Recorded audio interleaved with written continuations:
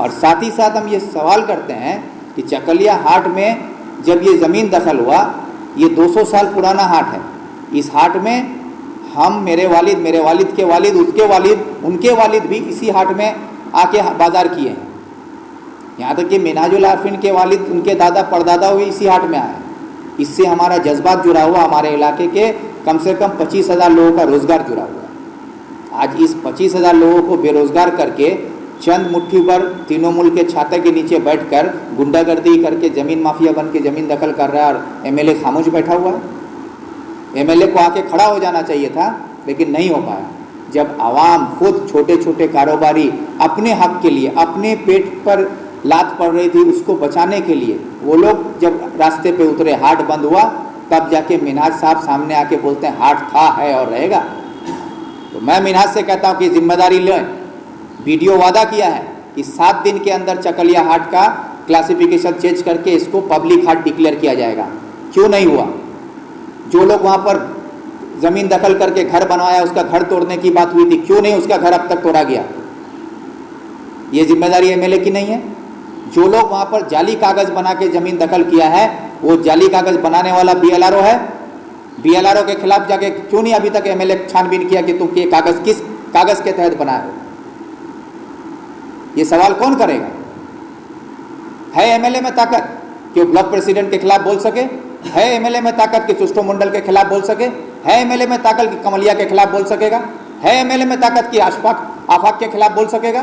क्योंकि सबसे हिस्सा लेके बैठने वाले लोग हैं ये लोग। सबको हिस्सा पहुंचाता है एमएलए को, सबका खा के एमएलए बैठा हुआ है, तो उनके सामने बोलेगा कैसे? और ये हम बोल रहे हैं। इसका जाके सवाल करो एमएलए से कि एक्स एमएलए विक्टर ऐसा बोल रहा है आपके बारे में। क्योंकि आदमी के बोलने से नहीं, उसके काम से पता चलता है। अगर एमएलए में हिम्मत है तो जाके वीडियो को बोले कि इसका क्लासिफिकेशन चेंज करके चकलिया हाट को पब्लिक हाट डिक्लेयर किया जाए, करके दिखाए। जो लोग घर बनाया है, तीनों मुल्क का जितना आदमी, उसका घर तोड़े। हम जिम्मेदारी लेते हैं। अगर फॉरवर्ड ब्लॉक पार्टी का वहां पर कोई भी आदमी अपना जमीन दखल करके बैठा है, उसका घर का खूंटा उखाड़ना हो, घर तोड़ना हो, सबसे पहले हम जाके उसका घर तोड़ देंगे। करें? आवाम के लिए लड़ने की ताकत है, बोलने की ताकत है? नहीं है। क्योंकि ये लोग सब गुलाम परस्त लोग, कोई पैसे का गुलाम बन के है, कोई ओहदे का गुलाम बन के बैठा हुआ है। इसके आवाम को बचाएगा कौन? ये सवाल खड़ा होता है। आज यही सवाल मुझसे किया जाता है कि ये लोग तो पहले वाम फ्रंट में था, तब ऐसा क्यों नहीं किया? ये मुन्ना भी मेरे पार्टी में था। जब फॉरवर्ड ब्लॉक में था, मुन्ना की ताकत थी कि किसी का ज़मीन जाके दखल कर ले? एक भी ज़मीन मुन्ना फॉरवर्ड ब्लॉक में रहते हुए किसी का दखल कर पाया है? ये टुस्टो फॉरवर्ड ब्लॉक में था, टुस्टो की हिम्मत हुई कि जाके किसी गरीब आदमी का ज़मीन दखल कर ले? ये आफाक भी फॉरवर्ड ब्लॉक में था, मिन्हाजुल आरिफीन आज़ाद भी वाम फ्रंट में था।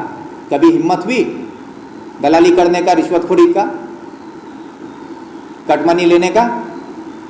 लेकिन आज तृणमूल में जाके यही लोग ज़मीन माफिया बन गए, यही लोग ज़मीन लूट रहे हैं, यही लोग जाके आम आदमी का हक मार रहे हैं, यही लोग सब कुछ कर रहे हैं। क्यों?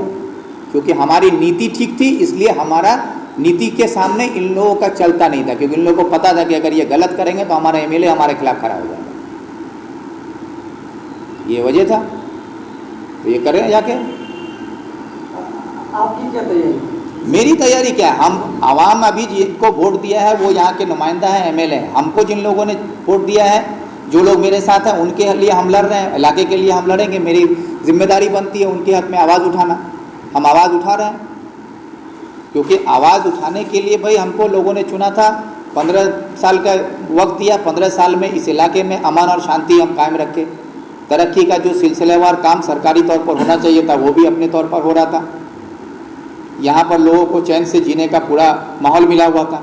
किसी भी तरह के लोगों में डर खौफ का माहौल नहीं था। किसी की हिम्मत नहीं थी कि किसी का ज़मीन दखल कर ले, किसी के से पैसा वसूल कर ले, किसी का मर्डर हो रहा है, डकैती हो रही, इस तरह का माहौल नहीं था। ये सब इस 2021 के बाद शुरू हो रहा है। ये जो खेला होवे का स्लोगन दिया गया था, खेला तो अब हो रहा है चकलिया में, और इसका असर आम गरीब आदमी पर पड़ रहा है, हमारे इलाके के आम लोगों पर पड़ रहा है। इन आम लोगों के लिए बोलेगा कौन? उसके लिए उसका नुमाइंदा होता है, उसका चुना हुआ प्रतिनिधि होता है। और यहाँ प्रतिनिधि जो है इस इलाके के माफियाओं के साथ जुड़ा हुआ है, यहाँ के लूटने वालों के साथ जुड़ा हुआ है, यहाँ के क्रिमिनलों के साथ जुड़ा हुआ है। और थाना पुलिस में जाके ये क्रिमिनलों के खिलाफ नहीं बोल सकता है। ये थाना में जाता है रात के अंधेरे में तो जाके क्रिमिनल की हिमायत करता है, जाके जो गरीब आदमी को लूट रहा है उसके लिए जाके बोलता है कि लूटने वालों के साथ खड़ा हो जाता है। तो पुलिस प्रशासन क्या करेगा?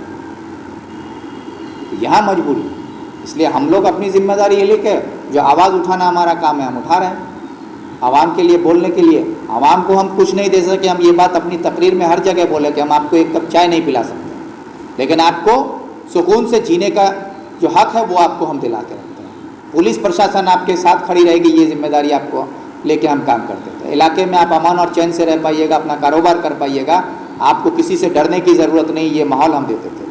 हिंदू हो, मुसलमान हो, या गरीब हो, अमीर हो, मजदूर हो या नौकरी करने वाला हो, हर कोई चैन से सो सकता था, अपना कारोबार कर सकता था। आज झुंडी मुंडी बंद था, आज ये चकलिया में झंडी मंडी चलाया जा रहा है, किसके इशारे पे ये हो रहा है? आज जाके आप अपना कैमरा लेके जाके देखिए, झंडी मुंडी चलाने वाला जितना शख्स है किस पार्टी से जुड़ा हुआ है?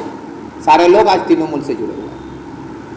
अब झंडी मुंडी का पैसा लेता कौन है? पुलिस को एक पैसा जाता है और पार्टी के नेता को जाता है। किस नेता के पास जाता है? कौन ले रहा है झुंडी मुंडी का पैसा? झुंडी मुंडी चलवाया जा रहा है। ये सब पर सवाल उठा कौन करेगा? तो ये काम एमएलए का है। अरे हम एमएलए थे, अगर हम कुछ नहीं भी सकते थे, हर काम जो होगा कोई ज़रूरी नहीं है, लेकिन गलत के खिलाफ हम खड़े होकर बोलते थे, लड़ते थे, आवाज़ उठाते थे। तो अगर हम 100% नहीं रोक पाते थे तो कम से कम 50% रुक जाता था। तो ये तो करते थे।